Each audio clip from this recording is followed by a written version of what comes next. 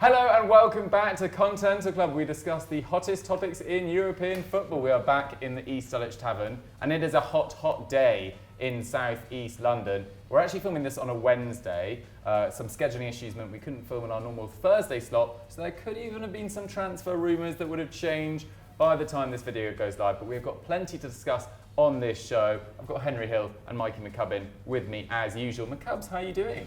Yeah, not too bad. Just very sweaty. We actually did get. We were speaking to the people behind the bar here last week, and actually someone did leave a review of the pub and said, it looks just like it does on EFD. So if you do end up coming here, please do leave a review because it just means they'll be happy with us, won't they? But I'm good, Dukes. How about yourself? Yeah, no, all good. And yeah, that did really warm the soul actually to hear that someone had actually come along having watched us on Football Daily. So yeah, as McCubb says, let them know downstairs and it will keep the relation working well. Henry, how are you doing? I'm doing great. Thank you, Dougie. Yeah. No, I'm doing fine. Nothing really interesting. Fulham being linked with a lot of players? Mopé, yeah. I said I wanted Chris Wood. Got a lot of abuse from him. So, but I think it'll be a Probably great done move. by now. Probably done by now. No, Kajawa. Has he kicked a ball? Did he kick a ball last year? I don't think he played a lot. Yeah. No, Nuno Mendes came in and then he's been nowhere. Justin Kluivert, not too fussed about. Kajawa, I'd be interested. But Neil Mopé, I'd absolutely love that. I think that'd be a great signing. I think Kluivert and Kazawa very popular about 2 years ago. I feel like you're maybe shopping in 2020, but fair enough. I agree. Each to their own. Today we are going to talk about one signing your club must make before deadline day, because next Thursday when we film, it will be deadline day and we won't be up to date. But there are a lot of signings that might well happen in the next week or so, and some of which have been kicking off today as we film this. Lucas Paqueta, supposedly interesting West Ham, and Alexander Isak, nearly forgot myself for a second there. They supposedly had a bid accepted from Newcastle. McCubbs, what do you make of this Alexander Isak to Real Sociedad move? Because it's pretty pricey. To Newcastle, yeah. I was literally just about to move your Coke there, Henry. I was like, it felt like you were scared of it. But I don't know why that was really distracting me. But yeah, Isak to Newcastle, yeah, it's kind of come out of the blue, hasn't it? I don't feel like they've been that prominently linked with him over the course of the summer, at least compared to some of their other top targets. 70 million euros is a lot, isn't it? And I feel like that was the kind of price range that had put off clubs like Arsenal before, right? But obviously, it's late in the window. For whatever reason, Newcastle have failed to secure a centre-forward target. And yeah, I don't know, it feels like a lot. It does feel like a lot, but at the same time, Newcastle have been relatively conservative considering the money they have this summer.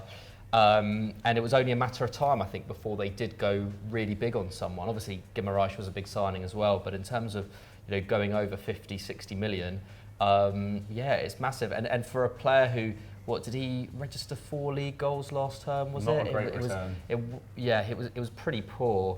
And I think Sociedad in general were not amazing last year, but I think it is, in some ways a bit of a gamble at that price point. However, like we said, Newcastle do, the money isn't necessarily that big an object to them. Although I feel like I was reading a few weeks ago that, that they actually had like a budget of basically 70 million for the summer. So clearly that's gone out the window. But yeah, so it's a difficult one. He has looked incredibly impressive before, but it's just, I do worry a little bit about the fact that he is capable of just like firing blanks for a season. But yeah, I guess we'll have to see. Yeah, the year before last was exceptional. Then last year, I think there was a few injury issues, but he was just finishing really poorly, I think. I mean, Callum Wilson's also picked up an injury, so it did feel like they needed to get a striker in. Your boy Chris Wood probably falling down the pecking order somewhat after a January move. But do you like Isak to Newcastle? Would you have potentially used it on a different area of the squad, maybe? Yes, I think that's right. So I actually really like the João Pedro rumours with Watford. I thought that would have made a lot of sense because really, when you look at that, the starting 11 anyway, they either need a creative midfielder to sit behind the striker, or they need a right winger really to complement. We saw some Max Mann crushing it on the left, and then they've got obviously João Linton and Bruno Guimaraes. One of my new favourite kind of central midfield pairings really in the middle. But yeah, I'm surprised they haven't maybe pursued the James Maddison deal a bit more. I think that's more of the player that they really kind of needed. That and João Pedro, it's almost combined the money that they're spending on Isak. I agree with you. I mean, let's face it, getting Isak through the door is fine as a not for that amount of money. It's really silly money as far as I'm concerned. But he can play off the wing. I think we saw him for Sweden, like pushing out wide in the Euros and driving in. He dribbles a lot with the ball. Yeah, That's one of his best attributes, really, is picking up the ball and just going at defences, which they love at Newcastle. So and we saw him maybe slightly playing a bit further out wide for Sociedad last week against Barcelona. So he probably could shift wide and he could shift into the middle as well. It's a great signing at a certain price point. I'm not sure it is, but yeah, I'm surprised they haven't tried to fill other holes in that starting 11. Yeah, definitely. I mean, he was one of those strikers we talked about a lot last year and the year before that, and we're saying, you know, it will be about 70 million euros, and that did feel like a big commitment. It was him, sort of Dominic Calvert-Lewin being linked with Arsenal, Jonathan David as well, his name was regularly being linked, and none of them had great years last year for a variety of reasons. And it didn't feel like this was going to be the summer that Isak moved, but out of nowhere this bid has come in. I'm not sure what's happening with the João Pedro deal. Maybe you'll know more by Friday, but Everton were going in for him as well. I think they do need a defensive midfielder eventually, because I don't think Shelvey's going to be good enough for where they want to be in the next 2-3 years. And they probably could have done with an out-and-out right winger, even though Miguel Almiron has put together a pretty good pre-season so far. So overall, I think he's a good player. It seems like a lot of money. Let's move on to Lucas Paqueta, McCubs, because he is, one of my least favourite phrases, but an absolute baller. And, this is pretty exciting. But again, very left field. It's come out of nowhere. Yeah, I mean, he was being linked with Newcastle start of the summer, wasn't he? And actually, I don't know if he is, in the end, I don't think he was necessarily the profile of player they needed, because he is, don't know what he is really. He's a 10-ish, but he's also not really a creative player. He's much more of a goal scorer. He's versatile, so I guess he could have slotted into a midfield 3 at Newcastle potentially. But again, like Henry was saying, I think Newcastle have been crying out for creative players, and he's not necessarily that guy. I feel like with West Ham, he's going to be vying for a place with 4 nows in that kind of 10-ish position. It'll be interesting to see. I think as well, West Ham, Scamacca's not been fully integrated into the side yet.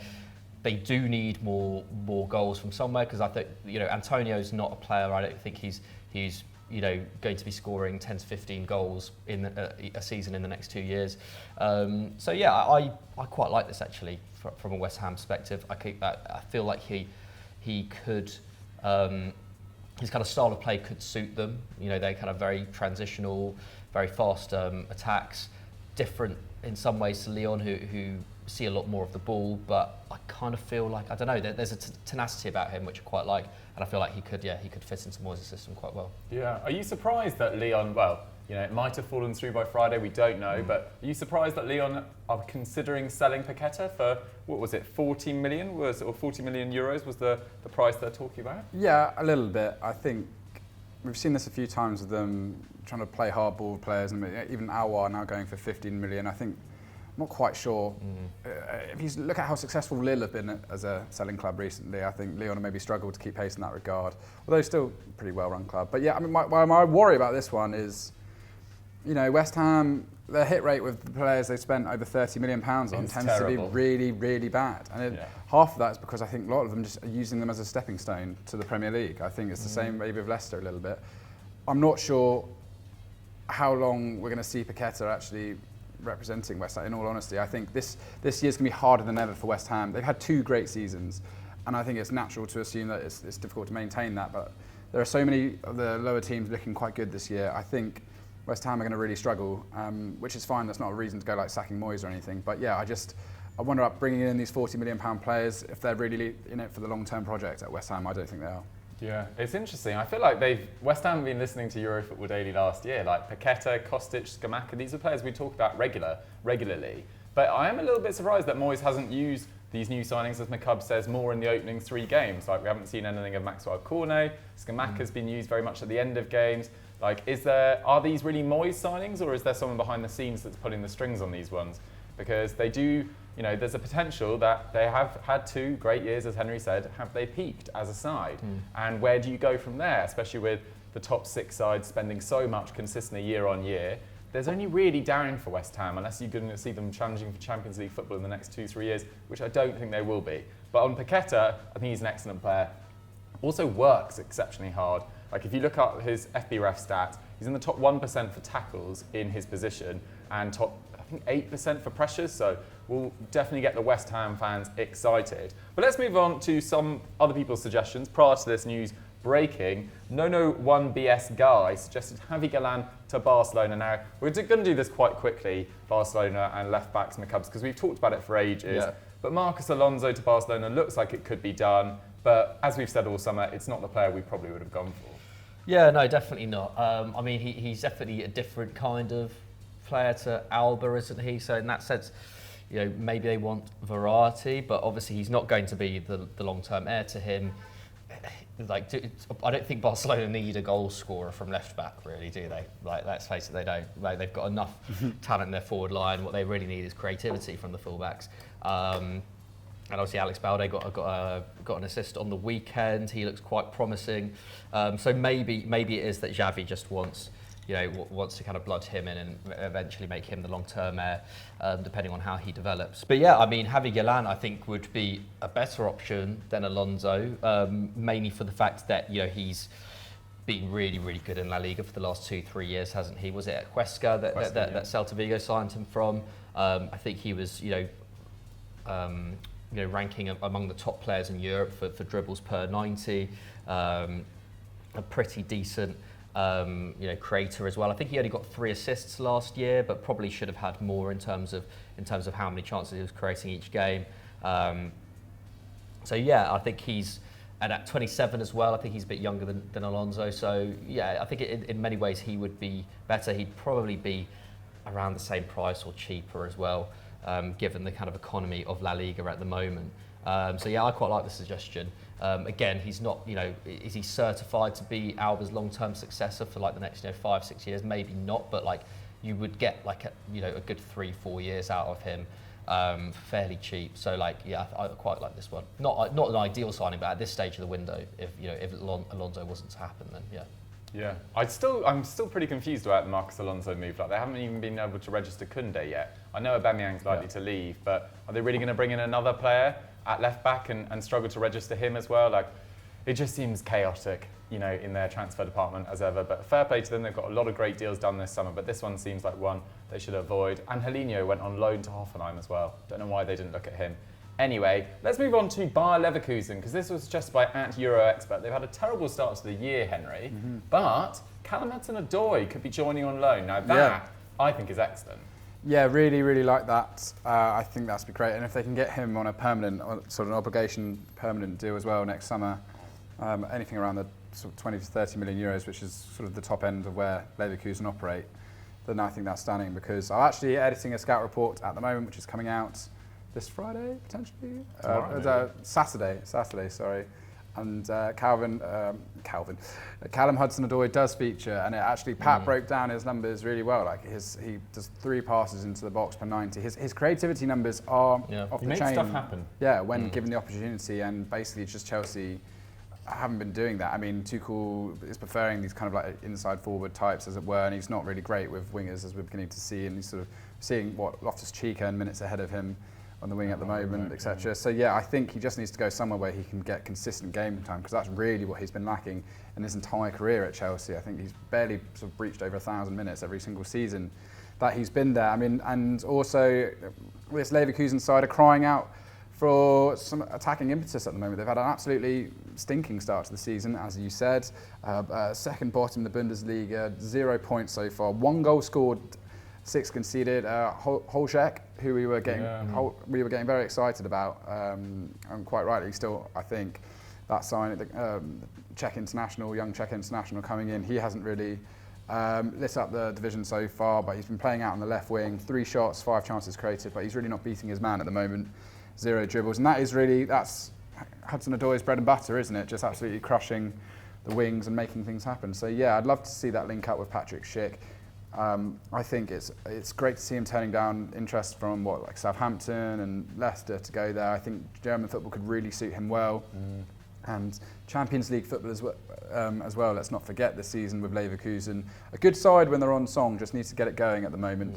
And yeah, Hoffenheim played really well last weekend. I can't remember that winger who scored at the end, but unbelievable.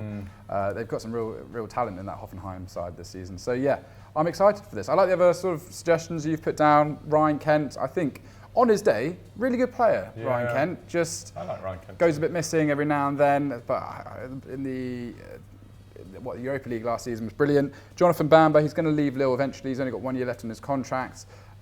17 goal contributions, not last season, but the season before. He's a really good player. Certainly that's the kind of move you'd like to see from a side like Leverkusen. But yes, get this Hudson-Odoi deal over the line. I want to see it happen. I want to see him play consistent football. I want to see him crush the German division. I want us to get excited about him again because I think he's an asset for club and country when he's playing well. Yeah, I agree. The thinking with Ryan Kent was maybe a bit basic, to be honest. They looked at Jeremy Frimpong, when he was at Celtic. They turned him into a really exciting attacking right back. So could they do the same? They clearly don't mind shopping in the Scottish market either. But Callum Hudson-Odoi, I think the Bay Arena, great fans there, nice looking stadium, wide open spaces in the Bundesliga, counter-attacking football, link up with Florian Wirtz when he's back fit, Moussa Diaby, Patrick Schick. This will be a very fun team to play in, and I hope Callum Hudson-Odoi goes there and smashes it, because he's become almost the forgotten man of English football, really, because he was really highly talked about a couple of years ago. Was that year under Sarri he played particularly well, got that massive contract as well, so I'm not quite sure how the wages are working out on this one, but one to keep an eye on for sure. Let's go on to Menez 18's suggestion, who I think has suggested Hakim Ziyech or something Milan related to do with Ziyech for weeks now. But when it comes to this deal, doesn't feel like it's any closer and looks like it might not happen at all. Yeah, it's really disappointing, isn't it? It's really, really disappointing. I mean, I think there's always been a bit of a discrepancy between the two sides as to what kind of deal they want. I think Milan have always been pushing for a loan with an option to buy. I think Chelsea have kind of wanted to get an outright deal done, which makes sense. Chelsea have spent so much money this summer, and I think they need to they need to get people off the books properly and get transfer fees sorted in that sense.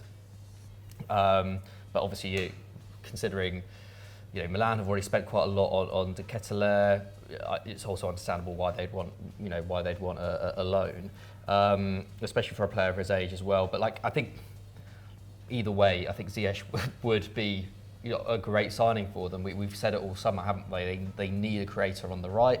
Their right-hand side is kind of their weak spot. I know Salamanca's and Messias, I think at points last season, I think did a really good job actually. Yeah, I think sometimes they get a bit of stick because they're not top class players, but Salamanca's is still pretty young. Messias has works hard, really hard. And he makes quite good late runs into the box at points, but again, he's more of a goal scorer. He got 5 goals and 2 assists last term, and with Rebic back in the side as well, I think having someone who can just put in great delivery from either the kind of right half space or the wing, like Ziyech can do, and has proven over the last 5-6 seasons that he's really kind of one of the best in the game at it. I think it would just make that attack really complete. I've been impressed with them so far this season. But there's still a missing piece there, I think, and Ziyech would definitely be one of the towards the top of the players who you'd put in. And in terms of kind of availability and in terms of the kind of the price they'd end up paying for him, there aren't really many better out there.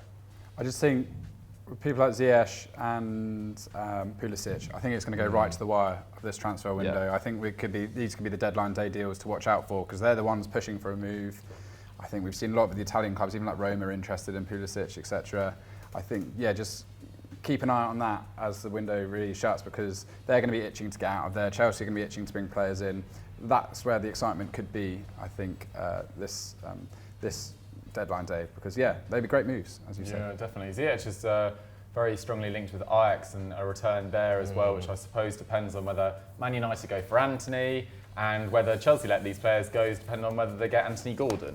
So it's all a bit of a merry-go-round at the moment. Personally, do I think Anthony Gordon's a better player than Pulisic or Hakim Ziyech? Absolutely not at the moment. So I'm pretty confused by that. Maybe he has the potential to be in the future, but definitely at the moment I don't see that as a significant upgrade. I think Chelsea are making some strange moves in the last few weeks. They've done a lot of good business, but some strange moves going on nonetheless. Let's move on to Juventus and centre-back, and this comes in from Dathstrock33. Now, the chat about Juve is actually that the move for Depay is slightly falling down. Now, by Friday, this might have actually changed. Maybe it'll be being announced in Turin, but supposedly I had the information we had when we were preparing for this show was that he was struggling to mutually terminate his contract at Barcelona and he was struggling to agree a contract with Juve. So Juve have now turned their attention to Arkadiusz Milik, who was actually close to joining them a few years ago, I seem to remember, when he was at Napoli, really strongly linked.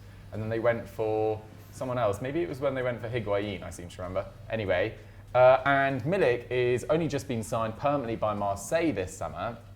Has actually done pretty well for Marseille. I think it's about 30 odd goals in about 50 games for Marseille. So is a reasonable striker, would be a pretty fine backup to Vlahovic, in my opinion at least. But I'm just confused why they're not going for centre-backs, Juve, because we saw on Monday night against Sampdoria, it certainly wasn't their biggest problem in this game, but Bonucci was out with a muscle injury, so they had to play Daniele Rugani next to Bremer, and you just don't want that as, you know, a guy like Rugani coming in to play in anywhere close to 15 league games per season, for me at least. So I'm very, very confused rather about why they're not going for a centre-back. Dan Axel Zagadou is on the market as a complete free agent.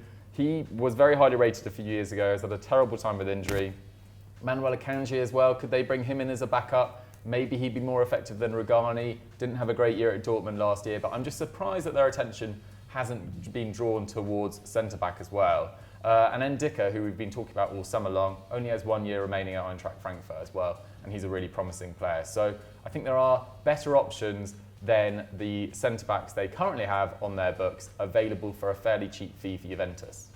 So yeah, that's our thoughts on, well, that's my thoughts rather, on Juventus. Let's move on quickly and talk about Atletico Madrid and Cristiano Ronaldo, because this might well be a story that drags on towards the deadline, Henry. Is it a scenario where they just have to now get rid of Ronaldo? Like, he's not in the starting 11, he's paid an enormous amount of money, and he seems like a bit of a downer in terms of mood. Yeah, I mean, he does look miserable. Everything they've been saying looks like he's going to leave. Ten Hag saying that he's not going to talk about it. He knows things, but he can't talk about it, etc. So, yeah, I think they have to try and get him off the books. But why would Atletico take him on? The fans can't afford to buy Griezmann permanently, so they're only paying him 30 minutes a game. They don't have this money. The fans have literally said, we don't want him. Like, I don't know where he goes. I have genuinely no idea where he goes. MLS? Borussia Dortmund was never going to happen. They've just bought Modeste. Sporting Lisbon, maybe. They've made a hell of a lot of money. I think they've made the most amount of money of any club this summer so far with the players they've sold. Would he go there? I think he might have to sort of eat some humble pie and go back to Sporting, personally, if he really wants to get a move. But yeah, go down to 100k a week. Yeah, go down to 100. Yeah, I mean, what do you think, the Cubs? Yeah, I mean, like, yeah, who's gonna? I mean, he's just delusional, isn't he? Like, he wants Champions League football, but like, he doesn't seem to care where. Like, I'll be concerned. Yeah, I mean, I don't mind that, but it is also like you're also on these crazy wages. So like, unless you're willing to like more than half your salary, or maybe take your salary down to 25% of what it is at the moment, then just no one's going to sign you, are they? Like, it's just not going to happen.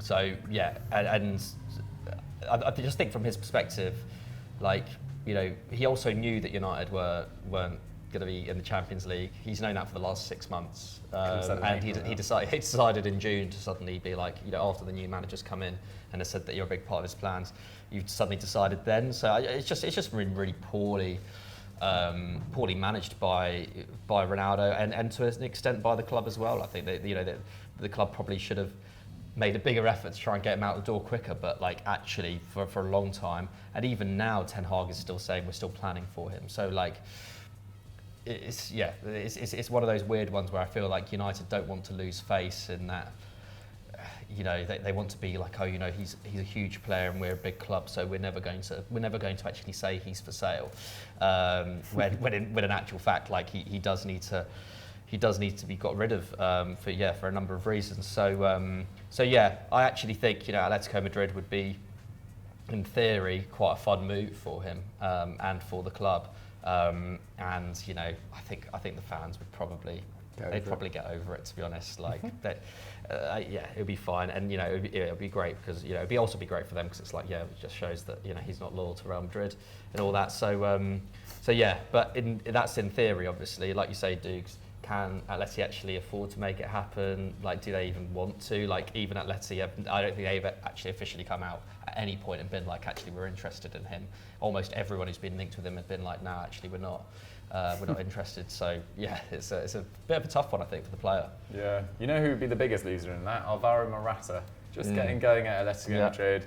Finally settling again in Spain after actually a decent spell at Juve as well, but needs to be playing regularly with the World Cup coming up. And if Cristiano Ronaldo goes there, he feels like the player that United actually have to sell to go forward, but at the same time won't be able to this window. I just don't see it happening, to be honest. I don't think anyone can afford him. Is my personal take on it. Guys, let us know in the comments down below the deals you have to get completed by deadline day. And what do you make about the Paqueta and the Isak moves to potentially, well, to Newcastle? Isak to Newcastle looks like it is going to happen, but Paqueta to West Ham, do you like that? Let us know in the comments down below, and let's move on to big match predictions. The leaderboard is back, guys. Last weekend, no one did particularly well, actually. So Atalanta versus Milan, we all predicted a Milan win. That ended up 1-1, no points for any of us. I actually caught the end of that game. I decided to watch that rather than Lille PSG and was bitterly disappointed, to be honest. It did go to show that Atalanta still have some pretty good midfielders and defenders, but Milan's like attacking cohesion, not there so far. Then Lille PSG, we all predicted a PSG win, but no one saw 7-1 coming, so that's 1 point to all of us there.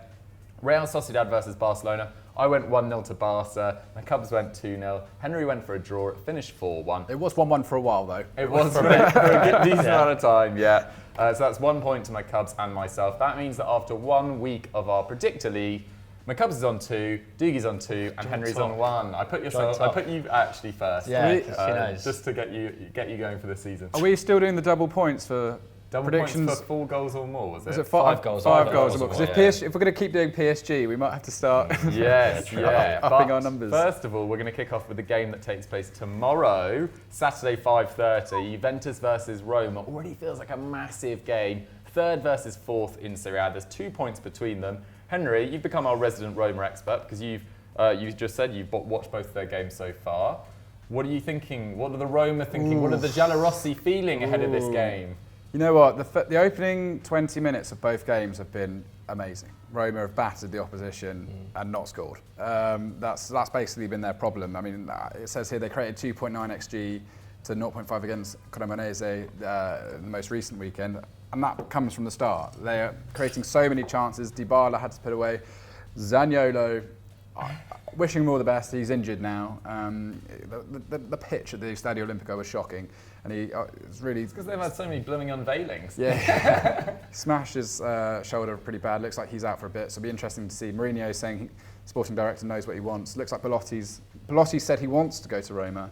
It's just about getting it done, which would be an exciting move. I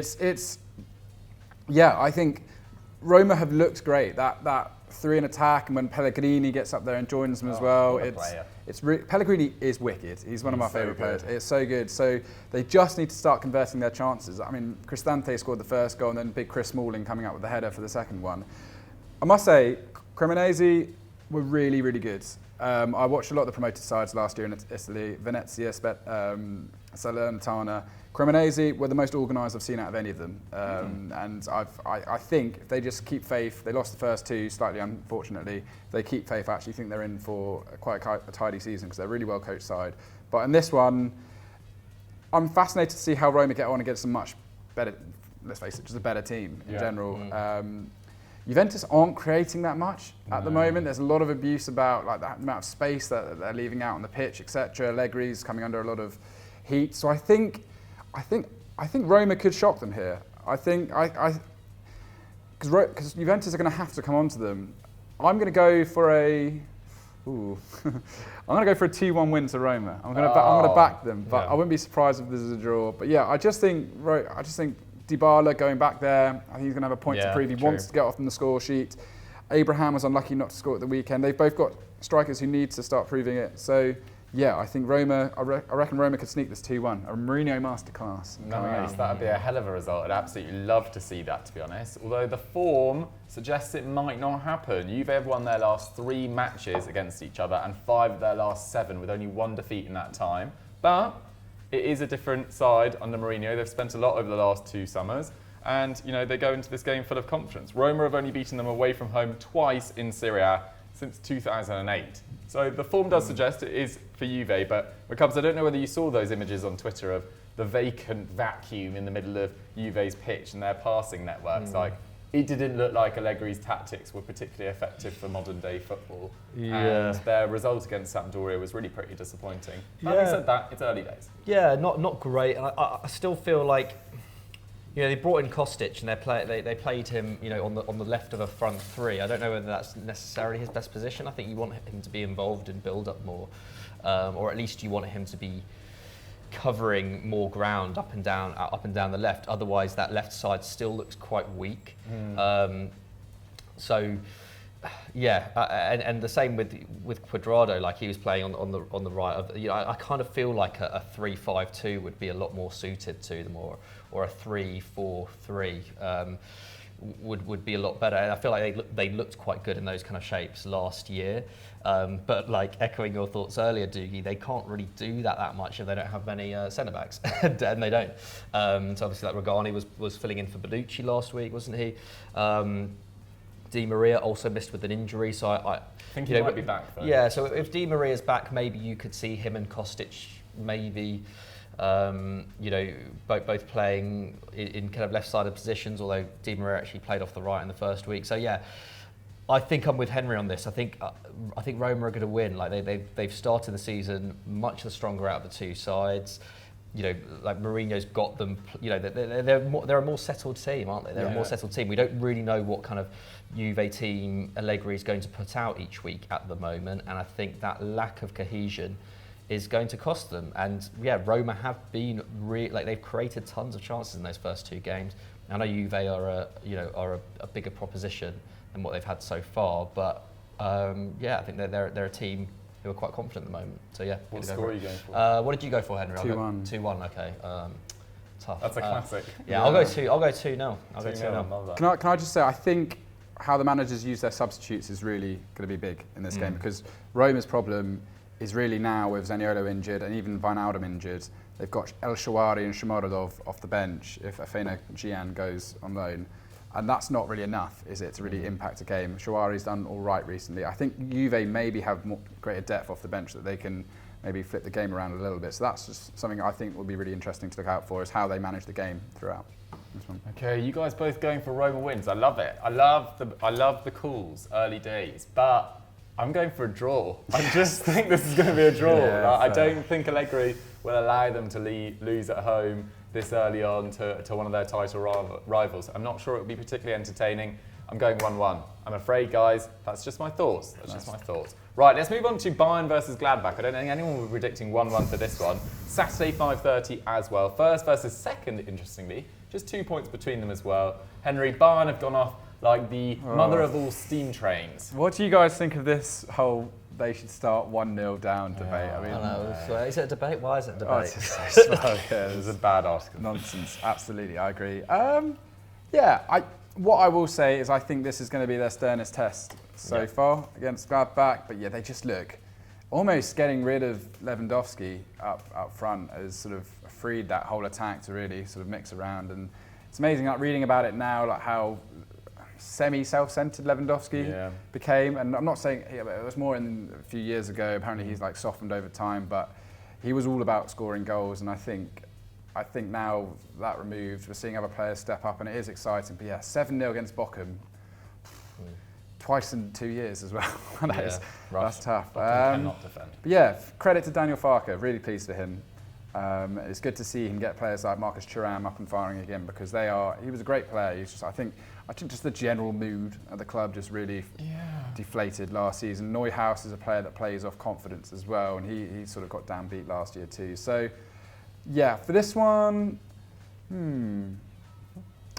tricky. I'm going to go for a 3-1 Bayern victory. I think Gladbach could steal a goal here, although the defence looks pretty amazing as well.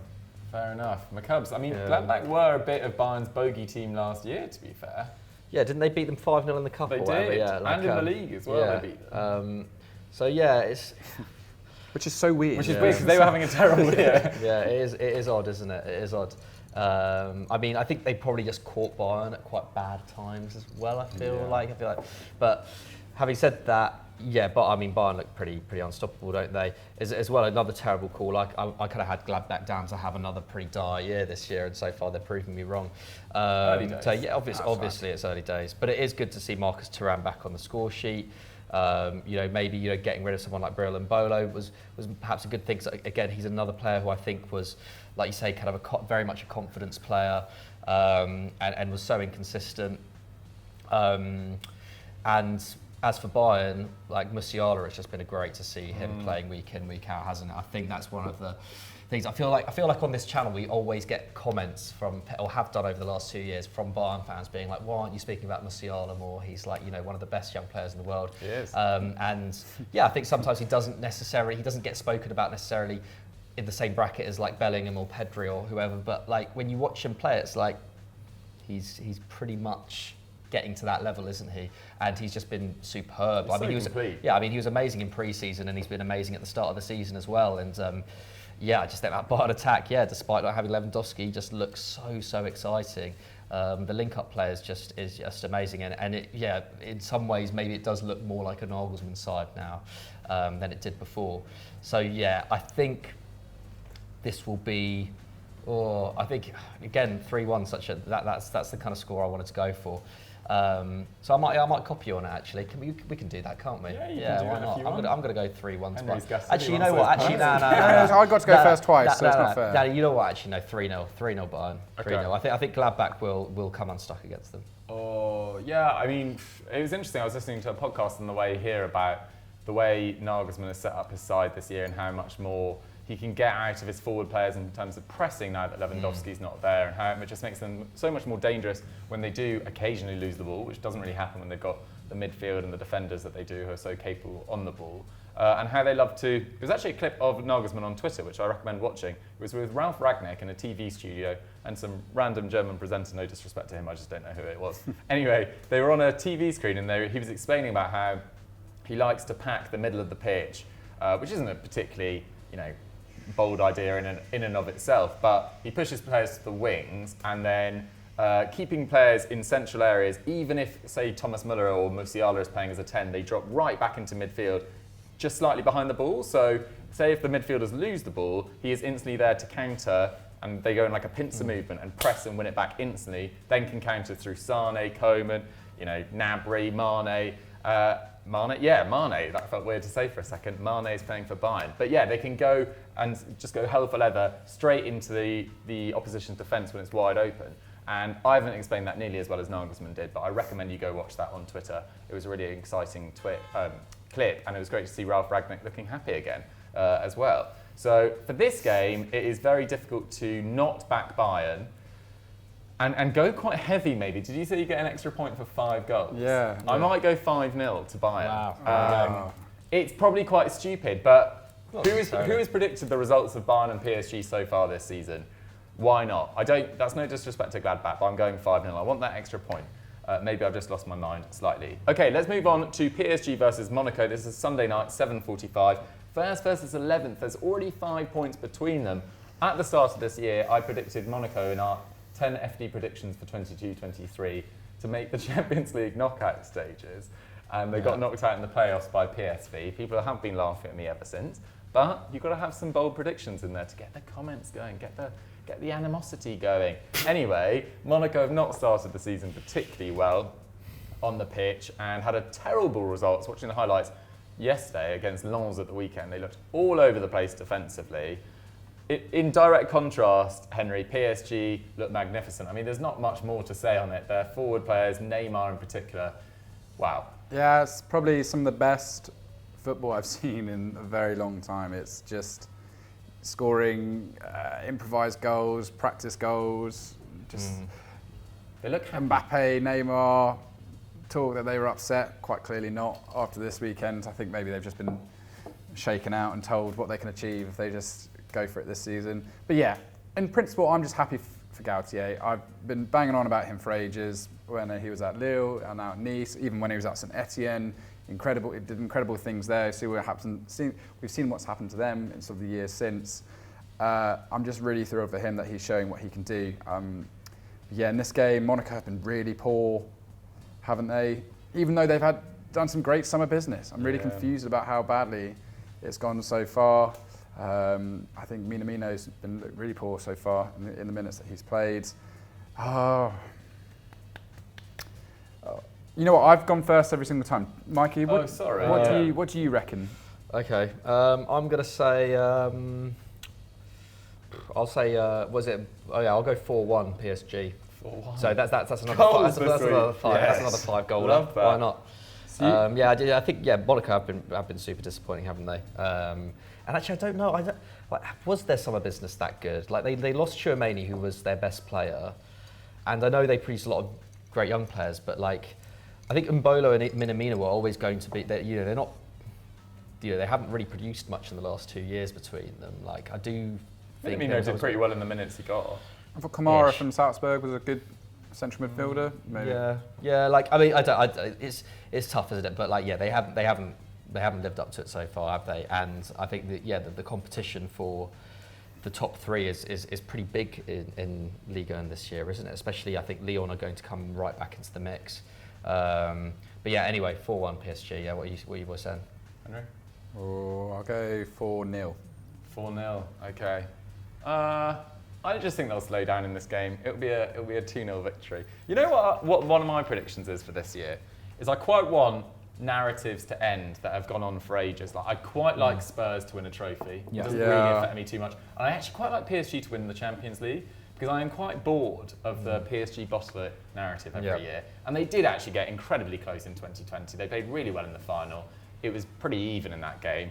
And I'd like to see Messi win another Champions League. I'd like to see Mbappe win a Champions League. I'd like to see Neymar get some of the credit he deserves. Ballon d'Or. He is a phenomenal player. I mean, it will be Benzema this year, but next year, why not Ney up there on that stage in his golden suit? Like, why not? Why not? And I just want to see, there's so much lazy analysis that goes on, throughout YouTube. We do it on occasion, we do it often as well, on Twitter, etc. I just want to see those narratives end. Bayer Leverkusen, they can't win a trophy, actually. They're already out at the Pokal.